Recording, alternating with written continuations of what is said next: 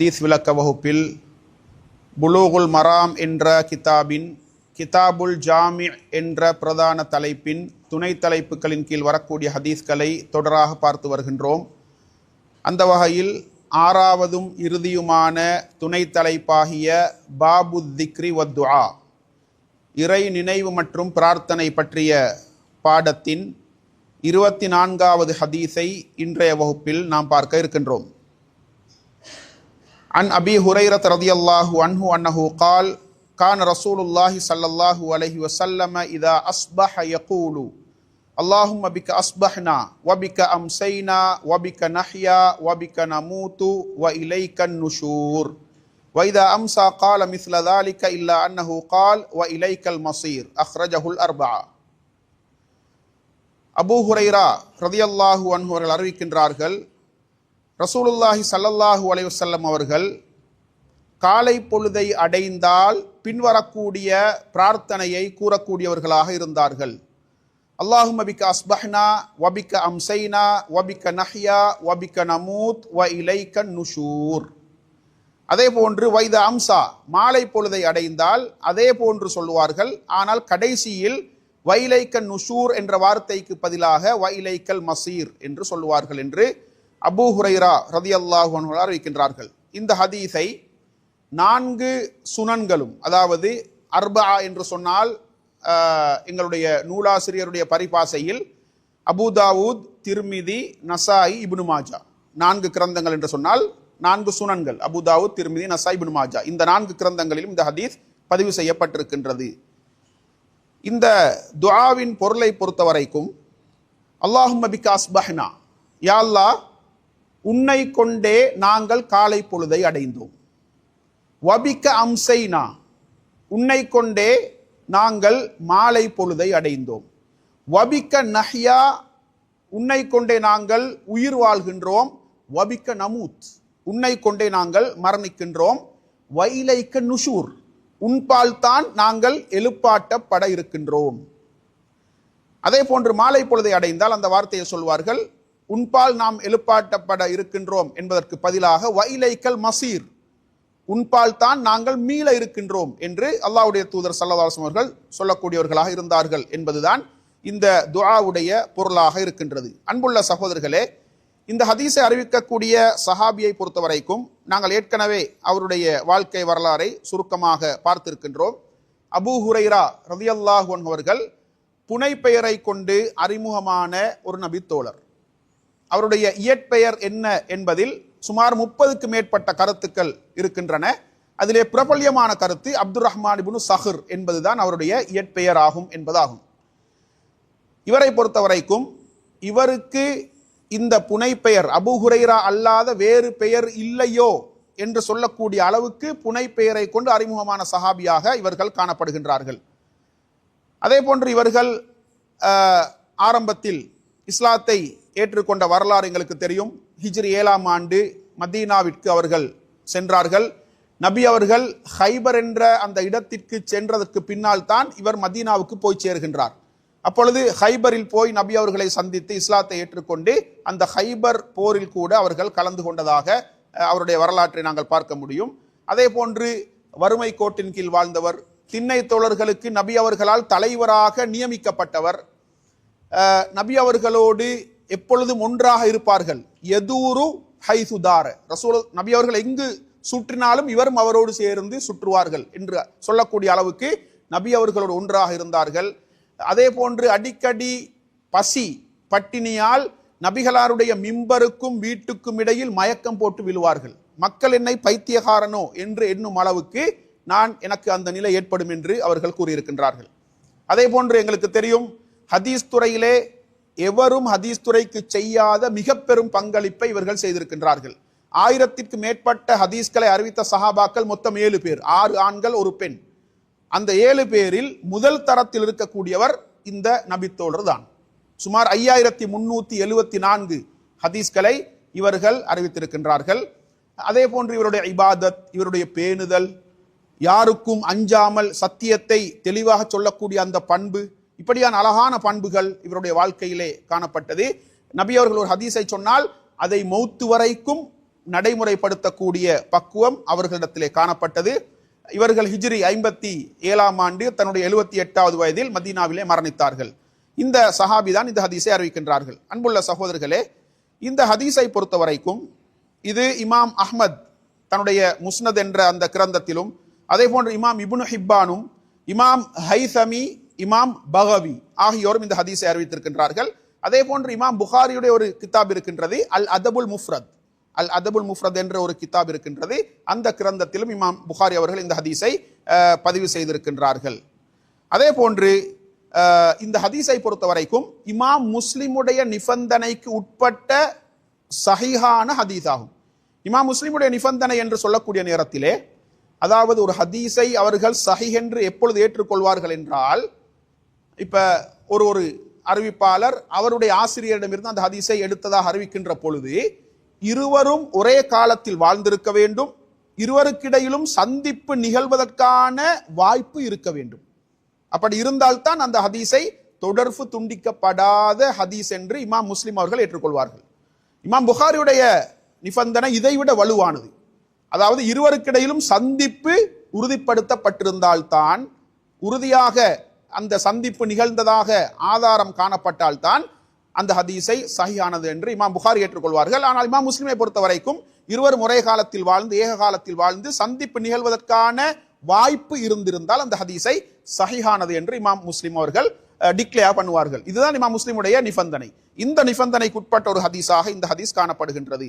அதே போன்று இமாம் புகாரி அவர்கள் தன்னுடைய அதபுல் முஃப்ரதிலும், இமாம் நஸாயி அவர்கள் தன்னுடைய அந்த சுனனிலும் இன்னொரு அறிவிப்பை கொண்டு வருகின்றார்கள். எப்படி என்றால், ரசூலுல்லாஹி ஸல்லல்லாஹு அலைஹி வஸல்லம் அவர்கள் இந்த தோழர்களை, இந்த ஹதீஸை, இந்த துஆவை தன்னுடைய தோழர்களுக்கு, தன்னுடைய சஹாபாக்களுக்கு கற்றுக் கொடுக்கக்கூடியவர்களாக இருந்தார்கள். எப்படி?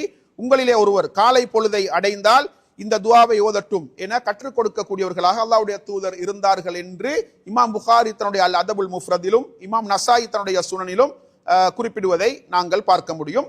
அதில் ஒரு வித்தியாசம் காணப்படுகின்றது. எப்படி என்றால், காலையில் ஓதுகின்ற பொழுது அல்லாஹும்ம பிக்க அஸ்பஹ்னா, யா அல்லாஹ் உன்னை கொண்டே நாம் காலை பொழுதை அடைந்தோம், வபிக்க அம்சைனா, உன்னை கொண்டே நாங்கள் மாலை பொழுதை அடைந்தோம் என்று சொல்வார்கள். ஆனால் மாலையில் ஓதுகின்ற பொழுது மாற்றி ஓதுவார்கள், அல்லாஹும்ம பிக்க அம்சைனா, யா அல்லாஹ் உன்னை கொண்டே மாலை பொழுதை அடைந்தோம், வபிக்க அஸ்பஹ்னா, உன்னை கொண்டே காலை பொழுதை நாம் அடைந்தோம். அதே போன்று கடைசியிலே காலையில் ஓதுகின்ற பொழுது நபி அவர்கள் இலைக்கல் நுஷூர் என்று ஓதுவார்கள், மாலையிலே ஓதுகின்ற பொழுது இலைக்கல் மசீர் என்று ஓதுவார்கள். இதுதான் காலையிலும் மாலையிலும் ஓதக்கூடிய அந்த இரண்டு துஆக்களுக்கு இடையில் இருக்கக்கூடிய வித்தியாசம் என்பதை நாங்கள் பார்க்க முடியும். அன்புள்ள சகோதரர்களே, இது காலை மாலையிலே நாம் ஓதி வரக்கூடிய மிக முக்கியமான ஒரு துஆவாக இருக்கின்றது. அல்லாஹும்ம பிக்க அஸ்பஹ்னா வபிக்க அம்சைனா வபிக்க நஹ்யா வபிக்க நமூத் வ இலைக்க நுஷூர். காலையில் ஓதுகின்ற பொழுது. மாலையில் ஓதுகின்ற பொழுது அல்லாஹும்ம பிக்க அம்சைனா வபிக்க அஸ்பஹ்னா வபிக்க நஹ்யா வபிக்க நமூத் வ இலைக்கல் மசீர். இப்படி இந்த துஆவை நாங்கள் காலை மாலையிலே ஓதி வர வேண்டும். ஆதாரப்பூர்வமான ஒரு முக்கியமான பிரார்த்தனை, ஒரு துஆ என்பதை நாங்கள் புரிந்து கொள்ள வேண்டும். அதே போன்று காலை நேரம் என்பது பொதுவாக ஃபஜ்ருடைய உதயத்திலிருந்து, ஃபஜ்ருடைய உதயத்தோடு காலை நேரம் ஆரம்பிக்கின்றது. மாலை நேரம் என்று சொல்லக்கூடிய நேரத்திலே அசருடைய அந்த உதயத்தோடு, அசருடைய நேரத்தோடு மாலை நேரம் ஆரம்பிக்கின்றது. எனவே இந்த துஆவை நாங்கள் ஓதுவதற்குரிய மிகச்சிறந்த நேரம் காலையிலே ஓதுகின்ற பொழுது சுபஹுடைய அந்த தொழுகையை தொழுதுவிட்டு சூரியன் உதிக்கின்ற வரைக்கும் உள்ள அந்த நேரத்தில் ஓதுவதுதான் மிகச்சிறந்தது. அதே போன்று மாலையிலே நாங்கள் ஓதக்கூடிய துஆக்களை அசரு தொழுகையை தொடர்ந்து மக்ரிப் வரைக்கும் உள்ள அந்த நேரத்திற்குள் அந்த துஆவை நாம் ஓதுவதுதான் மிகச்சிறந்தது. ஆனாலும் இந்த நேரத்தை தாண்டி நாம் ஓதினாலும் தவறு கிடையாது. மிகச்சிறந்த நேரம் தான் இது. அதை தாண்டி நாம் ஓதினாலும் சில நேரம் மறக்கலாம், ஓதுவதற்கு மறந்திருந்தால் அந்த நேரத்தை தாண்டி நாம் ஓதினாலும் தவறு கிடையாது என்பதை நாங்கள் புரிந்து கொள்ள வேண்டும். அன்புள்ள சகோதரர்களே, முதலாவது வார்த்தை அல்லாஹும்ம பிக்க அஸ்பஹ்னா, யா அல்லாஹ் உன்னை கொண்டே நாம் காலை பொழுதை அடைந்தோம். அதாவது உனது அருளை கொண்டு, உன்னுடைய உதவியை கொண்டு, உன்னுடைய பாதுகாப்பை கொண்டு, இந்த மூன்றை கொண்டும் தான் நாம் காலை பொழுதை அடைந்தோம். உன்னுடைய அருளை கொண்டு, உன்னுடைய அருட்கொடை, நீ எங்களுக்கு அருள் புரிந்த காரணத்தினால்தான் நாம் காலை பொழுதை அடைந்தோம். உன்னுடைய பாதுகாப்பை கொண்டே நாம் காலை பொழுதை அடைந்தோம். உன்னுடைய உதவி, நீ எங்களுக்கு உதவி செய்யாவிட்டால் நாம் காலை பொழுதை அடைந்திருக்க முடியாது. எனவே உன்னுடைய உதவியை கொண்டே நாம் காலை பொழுதை அடைந்தோம் என்று சொல்லக்கூடிய மிக முக்கியமானதோர் வார்த்தையாகும். அதே போன்று இது மனிதனுக்கு அல்லாவின் அருட்கொடையை நினைவுபடுத்தக்கூடிய ஒரு வார்த்தையாகும். அவன் மரணிப்பதும், எழும்புவதும், தூங்குவதும், உலகத்தில் வாழ்வதும் அல்லாஹ்வுடைய உதவியை கொண்டே அன்றி வேறில்லை என்பதை தினமும் அவனுக்கு நினைவூட்டக்கூடிய, ஞாபகப்படுத்தக்கூடிய ஒரு முக்கியமான பிரார்த்தனையாக இது இருக்கின்றது. இரண்டாவது வார்த்தை வபிக்க அம்சைனா, உன்னை கொண்டே நாம் மாலை பொழுதை அடைந்தோம். அதே போன்று உன்னுடைய அருளை கொண்டு, உன்னுடைய உதவியை கொண்டு, உன்னுடைய பாதுகாப்பை கொண்டே நாங்கள் மாலை பொழுதை அடைந்தோம். வபிக்க நஹ்யா வபிக்க நமூத், உன்னை கொண்டே நாங்கள் உயிர் வாழ்கின்றோம், உன்னை கொண்டே நாங்கள் மரணிப்போம். எல்லா நேரங்களிலும் உன்னிடம் நாம் உதவி தேடுவதை போன்று உன் உதவியை கொண்டே நாம் மரணிக்கின்றோம்.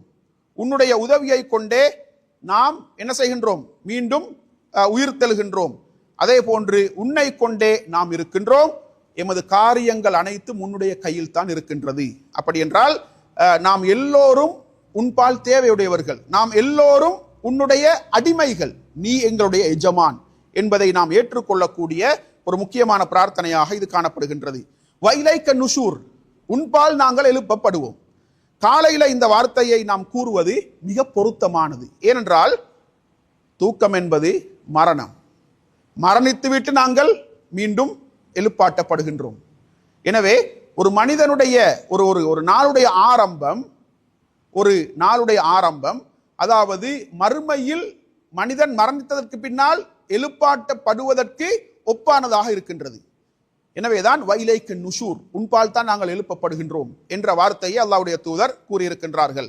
அதனால் தான் அல்லாஹ் தஆலா அல் குர்ஆனிலே சொல்லுகின்றான், அதாவது ஹுவல்லதி யதவஃபாக்கும் பில்லைலி வ யஅலமு மா ஜரஹ்தும் பின்னஹார், அவன்தான் இரவில் உங்களை கைப்பற்றுகின்றான், உங்களை மரணிக்க செய்கின்றான், நீங்கள் பகலில் செய்த செயல்களை கூட அவன் அறியக்கூடியவனாக இருக்கின்றான் என்று அல் குர்ஆனிலே சொல்வதை நாங்கள் பார்க்க முடியும்.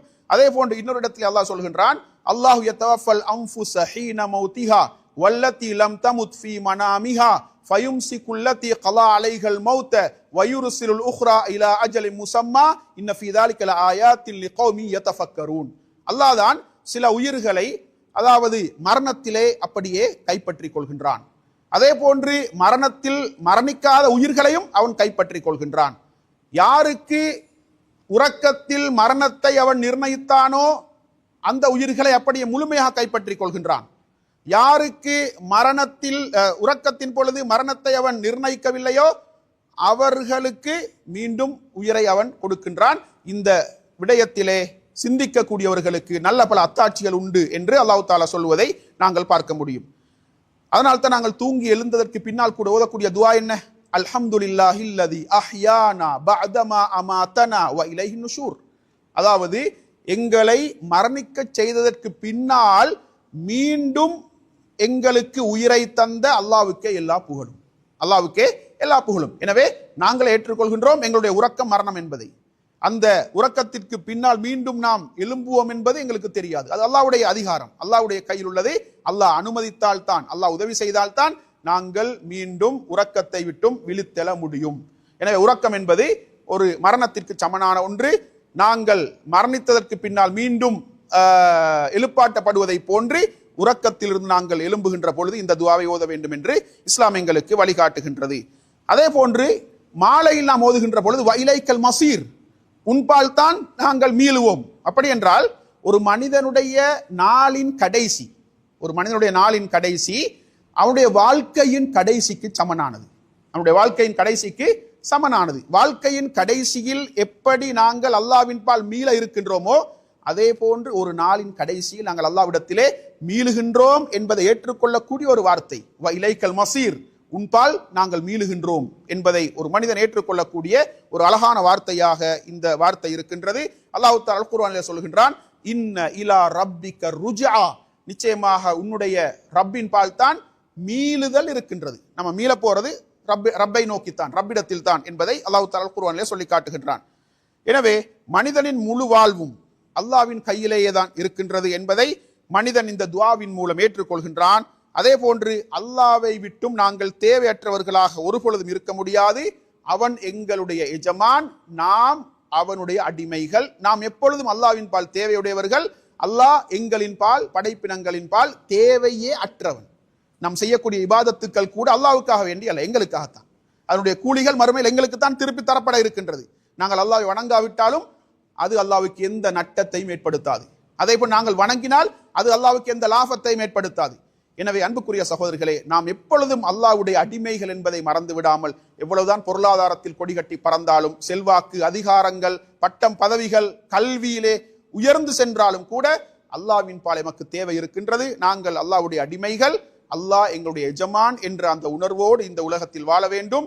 எனவே காலை பொழுதை அடைகின்ற பொழுதும் மாலை பொழுதை அடைகின்ற பொழுதும் இந்த துஆவை நாங்கள் பொருள் விளங்கி ஓதுவதனூடாக அல்லாஹ்வுடைய அருட்கொடையை நாங்கள் ஞாபகப்படுத்திக் கொள்ள முடியும். அல்லாஹ்வின் பால் எங்களுக்கு தேவை இருக்கின்றது என்பதை நாங்கள் நினைப்படுத்திக் கொள்ள முடியும். எனவே இந்த துஆவை எங்களுடைய வாழ்க்கையிலே நாங்கள் கடைபிடிப்பதற்கு வல்லவன் ரஹ்மான் நம் அனைவருக்கும் தௌஃபீக் செய்வானாக. வ ஆகிரு தஅவானா அனில் ஹம்துலில்லாஹி ரப்பில்